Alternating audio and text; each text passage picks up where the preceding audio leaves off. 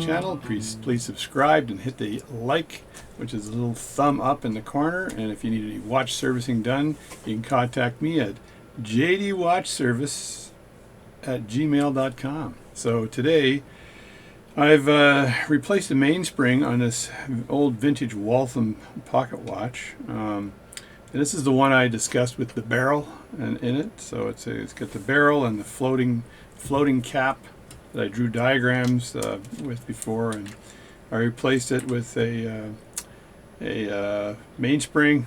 Replaced the mainspring. It just popped it into the barrel. It was no big deal, and then I screwed the plate back on, no issue. But this watch is having issues still. So it's the issue here, I believe, is that the pivots on the new balance staff are just a bit too high, just a millimeter too high. When I get this thing rolling a bit, as you can see, I got some ticking going on, but it's the amplitude is really poor.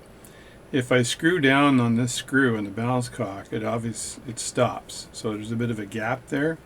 And you've seen vintage old watchmakers. They'll take a piece of watch paper and they'll jam it in there to give it some space and then screw it down. So I don't like that approach. So I'm going to have to completely disassemble this the balance cock again, and then take the balance with the hairspring out, put it in my J-Cot tool this time, and see if I can't take a couple of 0.01 millimeters maybe off the top of the balance. So I got to look at where I'm removing the material as well, because right now the roller table fits in nicely into the pallet fork. It looks pretty tight, but it's in there nicely. And as I move it by hand, so I just take this very carefully with my hand and just ever so slightly touch it like that, right? You can do it by feel. And then I'm watching this at an angle under my microscope. So as I'm watching it at an angle under my microscope, I can see how that stopped there?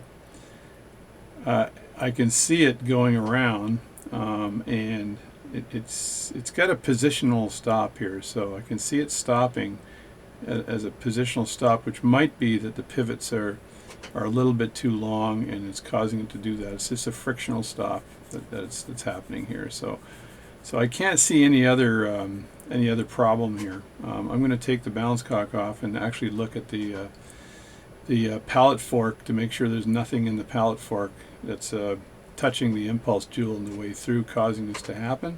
But I'm pretty sure I got to trim the balance staff just a bit. So this balance staff is a NOS, new old stock balance staff, and I did not trim the ends of it. I put it in just as is, and to see if this would run or work, and and it didn't work very well. And plus, there was not very much power left on the mainspring. I think the mainspring is on the floor here somewhere, because it went beer and took a ride.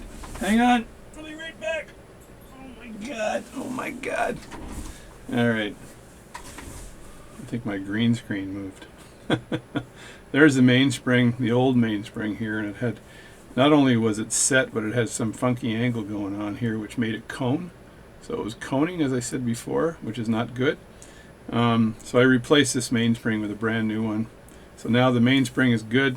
So that's all wonderful. Now I've got to trim those pivots, and I think this positional stop is an issue.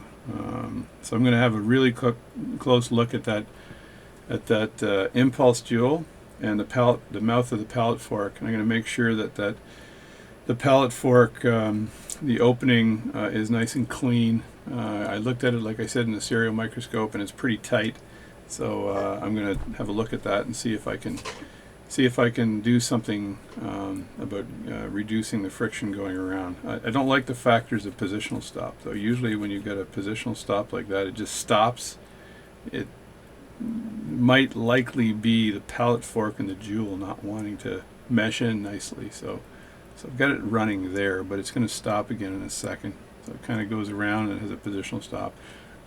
The other thing it could be is could be one of the legs on the or the feet on the escapement, but I didn't see any problem with the feet on the escapement. They seem to be running quite well.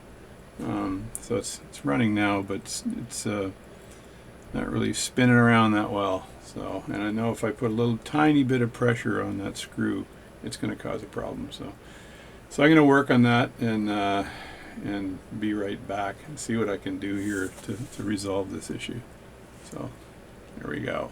Actually, I think I'll cut this video short and make this video 1 of 2 or something, so I can publish this and get to work on it. You see how it stalls? It just stalls for a second and it goes around, and it's not stalling in the same time each time. I'm pretty sure it's stalling in different positions each time. So anyway, that's it. Stop mumbling and get to work. Anyway, it's been a little slow this summer. I've been at the cottage fishing, as you saw in some of my videos, and just having a good time. So thanks for watching my channel, and I'll make this 1 of 2 and see if I can get 2 running. And I'm going to see if I can mark the time that thing stops, because I'm watching these feet going around right now and thinking, is it something to do with the pallet fork jewels? Hopefully not. Anyway, bye. Alright, more data from my analysis. So I put it under the microscope, as you can see this part here, and it appears, as well as the balance staff being a bit too long, which is one of the problems, that it stops because the jewel in the pallet fork is either not set, or one of the feet in the escapement is bent ever so slightly out. So the boot of the escapement, as I call it, right? It tends to stop in the exact same place every time. So I'm going to go and I'm going to plug in my camera so you can see this in the microscope. All right, I changed my mind. So I just took a picture with my iPhone of this situation. So you see the foot of the escapement there, and then you see the jewel for the pallet fork, and you see it not releasing. So it looks like this has been glued in before. I'm not sure if I can push this back a bit, but I think all the other feet seem to be fine. So this one here looks like it's at a bit of an angle. If I shift it up like this, I've looked at that and I can measure the angle to see if that is at a bit of an angle, whether it's been pushed out or for some reason. So because it should be releasing at this point in time here, and then pushing the pallet fork in this direction.